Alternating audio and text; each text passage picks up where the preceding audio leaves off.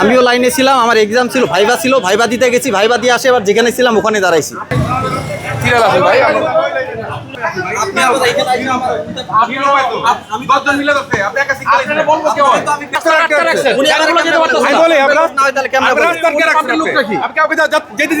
উনি তাহলে কেমনে বলে আমার এখানে দাঁড়াইছে?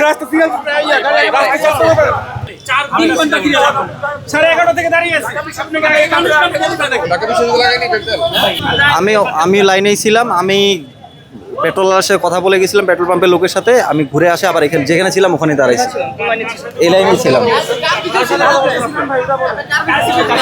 কত কি আর খেয়াল রাখা যায় ভাই?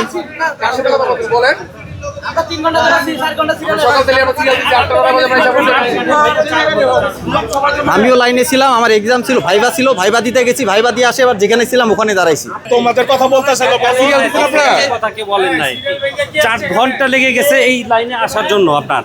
তো দীর্ঘ টাইম এর মাঝখানে যদি লাইন ব্রেক করে কেউ নেয়, এটা আসলে একটা অস্বাভাবিক বিষয় হয়ে যায় আপনার। তো আপনারা মিডিয়ার যারা আছেন এই বিষয়টা আপনারা সরকার পর্যন্ত নিয়ে যান। ভাইবা দিতে গেছি আবার